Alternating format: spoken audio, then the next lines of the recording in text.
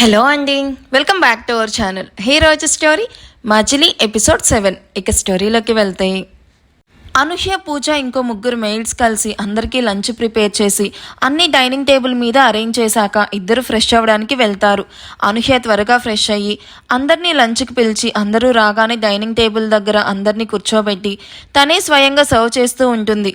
వదిన, నేను సర్వ్ చేస్తాను, నువ్వు కూడా కూర్చో అని పూజ చెప్తున్నా వినకుండా నా చేతులతో నేనే సర్వ్ చెయ్యాలి, అదే నాకు ఇష్టం, ముందు నువ్వు వెళ్ళి కూర్చో అంటూ పూజను కూడా కూర్చోపెట్టి అందరికీ స్వయంగా తానే సర్వ్ చేస్తూ ఉంటుంది. ధీరజ్ ఫుడ్ తింటూ అనూహ్య వైపు చూస్తాడు. తనకి అనూహ్య చాలా నచ్చేస్తుంది. ఎంత పేషెన్స్ అను నీకు, ఒక డాక్టర్ అయ్యిండి కూడా నీలో ఏమాత్రం గర్వం, పొగరు, అహంకారం ఇలాంటివి ఏమీ లేవు. నువ్వే దగ్గరుండి వంట చేసి నీ చేతులతోనే అందరికీ సర్వ్ చేస్తావు. అండ్ అందరూ తిన్న తర్వాత కానీ నువ్వు తినవు. పూజ సరిగ్గా తినడం లేదు అని చిన్న పాపకు తినిపించినట్టు నా చెల్లికి ఎంతో ప్రేమగా తినిపిస్తావు. అండ్ మా అమ్మ నాన్న హెల్త్ విషయంలో అస్సలు నెగ్లెక్ట్ చెయ్యవు. వాళ్ళ హెల్త్ గురించి కూడా చాలా కేర్ తీసుకుంటూ వాళ్ళని నీ సొంత పేరెంట్స్ లాగా ట్రీట్ చేస్తావు. కుకింగ్ మొత్తం నువ్వే చేస్తావు వితౌట్ ఎనీ హెసిటేషన్. మార్నింగ్ లేచినప్పటి నుండి పడుకునే వరకు అస్సలు ఖాళీగా ఉండవు. దేవుడు నీకు ఇంత ఓర్పు, సహనం ఎలా ఇచ్చాడా అని నాకు అప్పుడప్పుడు అనిపిస్తూ ఉంటుంది. నిన్ను చూసిన ఈ 3 రోజుల్లోనే నీ గురించి పూర్తిగా అర్థమైంది. నిజంగా నువ్వు చాలా స్పెషల్ అమ్మాయివి అను. నీకు ఎంత అందమైన మొహం ఉందో అంతే అందమైన మనసు కూడా ఉంది. No doubt in that. అందులో ఎవరికి చోటు ఉందో తెలియదు, కానీ అతను చాలా లక్కీ. అండ్ నీకున్న లక్షణాలు కొన్నైనా కీర్తికుంటే బాగుండేది అని అనుకుంటూ అను వైపు చూస్తూ ఉంటాడు. పూజ, భువనేశ్వరి అండ్ వీరేంద్రకి ఏం కావాలో అడిగి మరీ సర్వ్ చేస్తూ ఉన్న అనుకి ధీరజ్ తినకుండా ఏదో డీప్ థింకింగ్లో ఉండడం చూసి, ధీరజ్, ఆర్ యూ ఓకే? ఈ ఐటమ్స్ నీకు నచ్చవా ఏంటి? తినకుండా ఏదో ఆలోచిస్తూ కూర్చున్నావు. నో, అలా ఏం లేదను, ఇవన్నీ నాకు బాగా ఇష్టం అండ్ టేస్ట్ కూడా చాలా బాగున్నాయి అంటూ తినడం స్టార్ట్ చేస్తాడు.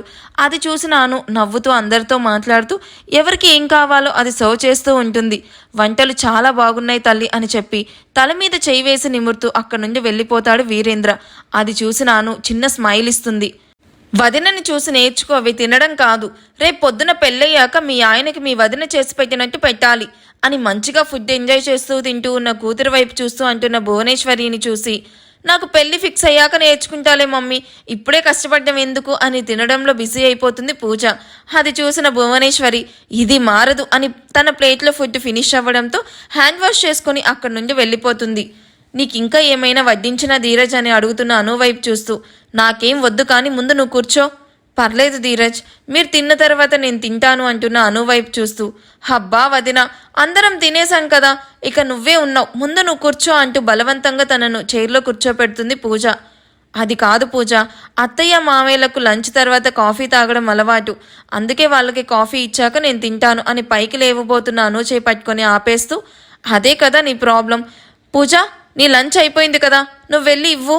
అయ్యో ధీరజ్, తనకెందుకు శ్రమ, నేనున్నాను కదా, నేను చేస్తానులే. తనని మరీ గారాబం చేస్తున్నావను. అయినా తనేం చిన్న పాపేం కాదులే, ఇందులో ఏం శ్రమ ఉంది, నువ్వు వెళ్ళు పూజ అనగానే ఓకే అన్నయ్య అని చెప్పి హ్యాండ్ వాష్ చేసుకుంటూ కిచెన్లోకి వెళ్తుంది పూజ. పూజ వెళ్ళింది కదా, ఇక కామ్గా కూర్చో అని తన లంచ్ కూడా అవ్వడంతో హ్యాండ్ వాష్ చేసుకొని తనే దగ్గరుండి అన్ని ప్లేట్లు సర్వ్ చేస్తూ ఉంటాడు ధీరజ్. అయ్యో ధీరజ్, చాలు, ఇంత నేను తినలేను అంటున్న అను మాటలకు, ఏంటి చాలు, చూడు ఎంత సన్నగా ఉన్నావో, ఇవాల్టి నుండి బుద్ధిగా పెట్టినంత తినాలి సరేనా అని ఇంకొంచెం పెడుతూ ఉంటాడు ధీరజ్.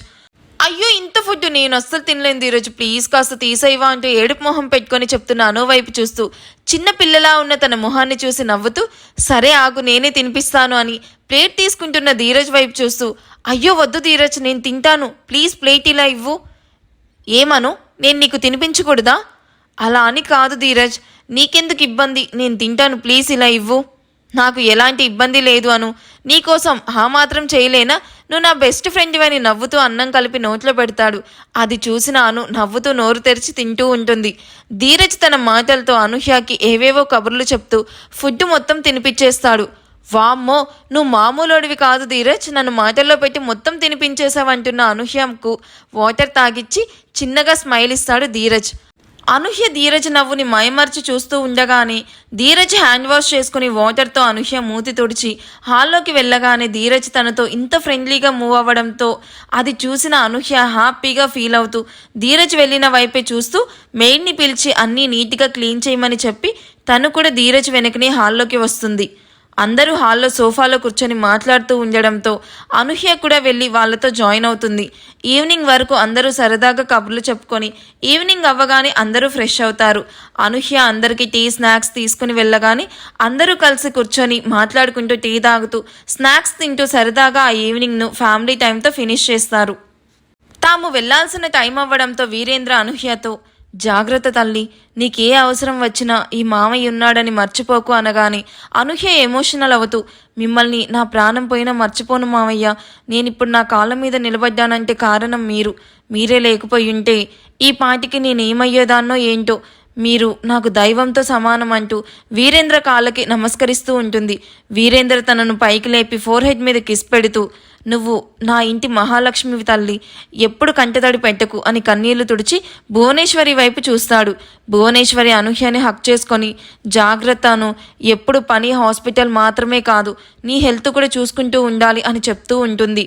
ఇదంతా చూస్తూ ఉన్న ధీరజ్కి పెళ్ళైన తర్వాత అమ్మాయికి అప్పగింతలు చేస్తూ ఉన్న అమ్మా నాన్నలాగా తన పేరెంట్స్ అనిపిస్తూ ఉంటే అది చూసి చిన్నగా నవ్వుకుంటూ ఉంటాడు. పూజ అనూహ్యని గట్టిగా హక్ చేసుకొని నేను అప్పుడప్పుడు వస్తూ ఉంటాను వదిన, మిస్ యూ సో మచ్ అని ఎమోషనల్ అవుతూ ఉంటుంది. అనూహ్య కూడా తనని హక్ చేసుకొని బాగా చదువుకో పూజ, అల్లరి చేయకు, డైలీ కాల్స్ చేస్తూ ఉండి అని చెప్పగానే పూజ బుద్ధిగా చిన్న పాపలాగా తల ఊపుతూ అలాగే వదిన అని బుగ్గను ముద్దు పెడుతూ మళ్ళీ హక్ చేసుకుంటుంది. వీరేంద్ర భువనేశ్వరి ఇద్దరు త్వరలో మాకు శుభవార్త చెప్పాలి అని అనగానే ఆ మాటకి ఏం చెప్పాలో అర్థం కాక ధీరజ్ అనూహ్య ఇద్దరు ఒకరి మొహాలు ఒకరు చూసుకుంటూ ఉంటారు. వీరేంద్ర ధీరజ్తో అనూహ్య చాలా మంచి అమ్మాయిరా, ఇకనైనా కీర్తి గురించి మర్చిపోయి అనుతో సంతోషంగా ఉండు అని చెప్తూ అనూహ్య విషయంలో ఏదైనా మిస్టేక్ చేశావని తెలిసిందో కొడుకువని కూడా చూడకుండా చంపేస్తాను అని స్వీట్ వార్నింగ్ కూడా ఇస్తాడు. ధీరజ్ వీరేంద్ర వార్నింగ్కి అలాగే షాక్ అయి చూస్తూ ఉంటే మరోవైపు భువనేశ్వరి కూడా అనుని జాగ్రత్తగా చూసుకోమని చెప్పి తన వైపు చూస్తూ ఉన్న సైడ్ హక్ చేసుకుంటూ ఎవ్రీ వీకెండ్ వస్తూ ఉంటాం, యూ డోంట్ వరీ అని చెల్లి ఏడుపు ఆపేస్తాడు. తర్వాత ముగ్గురు అన్ని జాగ్రత్తలు చెప్పి అక్కడ నుండి వాళ్ళకి సెండ్ ఆఫ్ ఇచ్చి ఇంటికి వెళ్ళిపోయారు. అనూహ్య వాళ్ళ కారు వెళ్ళిన వైపే బాధగా చూస్తూ ఉండిపోవడం చూసిన ధీరజ్ అను కారు వెళ్ళిపోయింది పద లోపలికి వెళ్దామని తనను తీసుకుని లోపలికి వెళ్ళి అనూహ్య మూడ్ డైవర్ట్ చేస్తాడు. కాసేపటికి అను నార్మల్ అయ్యి ఇద్దరు అలానే కూర్చొని మాట్లాడుకుంటూ ఉంటారు.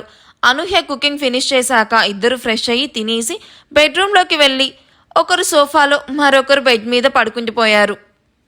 ఈ ఎపిసోడ్ ఎలా అనిపించిందో నాకు కామెంట్ చేయండి. వీడియో నచ్చితే ప్లీజ్ లైక్ చేసి హైప్ ఇవ్వండి. Thank you for watching. Bye.